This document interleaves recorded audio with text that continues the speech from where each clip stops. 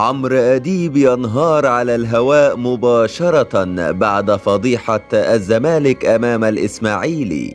شاهد ماذا قال. ولكن في البداية صل على سيدنا محمد، ولا تنسى الإعجاب بالفيديو والاشتراك في القناة حتى يصلك كل ما هو جديد وحصري. علق الإعلامي عمرو أديب على خسارة الزمالك من الإسماعيلي في بطولة الدوري المصري الممتاز عبر تصريحات خاصة نقلتها الإذاعة السعودية منذ قليل.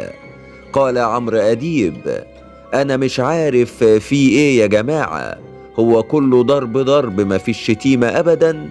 الزمالك النهاردة جاب لي جلطة بعد اللي حصل ده يا ناس، ده أنا لسه ما فقتش من اللي عمله الأهلي امبارح في الترجي.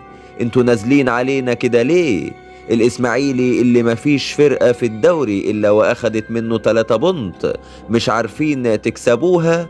وأضاف عمرو أديب: هي لعيبة الزمالك دي واعية للي هي بتعمله ولا إيه؟ بحد يفهمهم إنهم بيلعبوا في الزمالك وفي جمهور بالملايين بيتفرج عليهم. ده احنا من خيبتنا السودة بقينا بنحط جوال في نفسنا دلوقتي.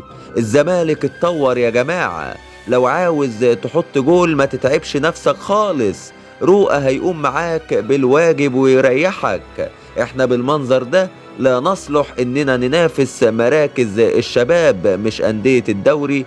الزمالك خلاص بقى في حتة تانية دلوقتي، الزمالك هينزل درجة تانية باللي انتوا بتعملوه ده. فوقوا بقى، حرام عليكم، احنا هنخش النار بسببكم.